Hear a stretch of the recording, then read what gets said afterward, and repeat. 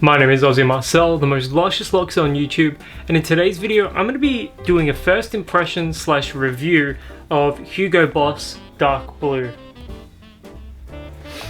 Now, first thing I want to say is the packaging is basic, but I really enjoy it. It's like nothing Hugo Boss does nowadays. Like, it doesn't look like the Boss bottled line at all. You can tell this is a little older, a little more early 2000s than their current stuff, which isn't necessarily a bad thing either. They list their notes on there, the fragrance notes on there on the modern fragrances, but they don't have that here. Hang on, I'll just quickly show you that. Just the ingredients there. And batch number 5205. Should be right there. It's sort of embossed in. Ooh, almost lost it. And the bottle. Interesting design. Looks nothing like their more contemporary releases. I did read that this was first introduced in 1999. So maybe before some of you were born, but not me though. First things first, I get sort of like a Versace blue jeans vibe. Look, it's not like 100% like similar to Versace blue jeans, but I do get a bit of the blue jeans vibe. And actually, I'm gonna spread my hand. Atomized is decent, so that's always a plus.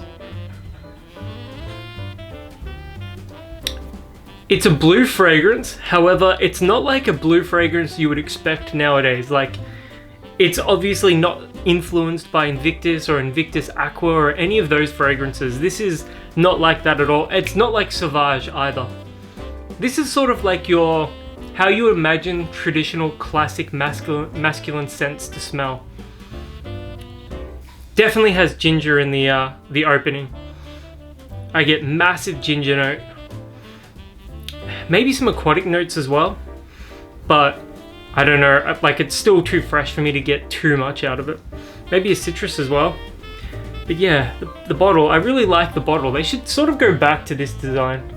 Although I can see why they haven't, just because, you know, it's the lid, the cap is clunky. And it's got a weird noise, but I don't know, who complains about cap noises?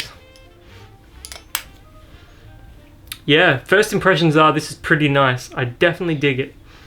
It's a blue fragrance, but not like you would know it, unless you're like of a certain age, in which case this is probably going to smell more familiar to you than the overly sweetened blue fragrances nowadays. Alright, it's been a little while, the fragrance has settled onto my skin a bit, and I've got the notes in front of me. Top notes are ginger, I thought I smelled ginger, grapefruit, orange, lime and lemon, so a lot of citruses. Middle notes, cypress, geranium, cardamom, mahogany and sage. I don't get a huge like dose of that herbaceousness that some of those notes might lend to it, but I do get sort of a green vibe as well, so I think I can smell them in that. And base notes of vanilla, cedar, vetiver, benzoin and patchouli. I find that patchouli was much more common in these 90s fragrances. It's not too common nowadays.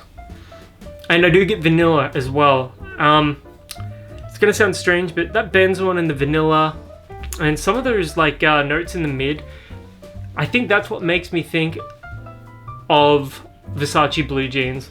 Although this smells much more natural than Versace blue jeans. So if you're looking for a more natural smelling alternative to Versace blue jeans, Hugo Boss Dark Blue is going to be right up your alley. The fragrance itself, I feel like the performance is going to be decent but not fantastic. I would call it a classic blue fragrance. It doesn't smell anything like the blue fragrances nowadays. You don't have that Sauvage influence. You don't have that Invictus or the Invictus Aqua influence. This is much more traditional, much more masculine in that classical fragrance sense. Well, at least of the 90s, 80s. More in that sort of vein than a contemporary blue fragrance, which for some of you is going to be a blessing because you might be tired of Invictus clones and Sauvage clones. And all in all, I really hope that this hasn't been discontinued. It might be discontinued. I wouldn't be surprised. But I can see a fragrance like this thriving in the current market just purely because there's not a whole lot out there that smells sort of similar to this. You've got blue jeans like I just mentioned, but this smells like infinitely more natural than blue jeans. And it's, apart from, you know, that, I can't really think of a fragrance that this reminds me of. So the packaging, the aesthetics of everything, you know, it definitely lends itself more to, you know, late 90s, early 2000s, and, you know, I'm a fan of this one.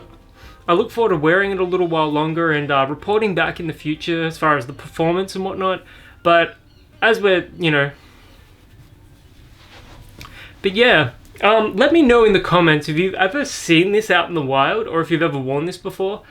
Like I said in the opening of the video, if you're like somebody that's a little older, you may have seen this one out there.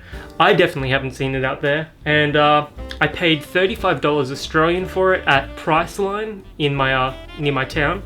And at that price, it was well worth it. I'm a fan of these fragrances. I like the versatility of these old school blue fragrances because you can wear them day, night, warmer weather, cooler weather. They've got a freshness and a vibrancy that a lot of the modern men's fragrances just don't have. Most men's fragrances nowadays are just super sweet and bubblegummy, and I'm just not here for that. Anyways, my name is Aussie Marcel, the most luscious looks on YouTube, and until the next video, I hope you guys all have a Merry Christmas, and I'll catch you guys around.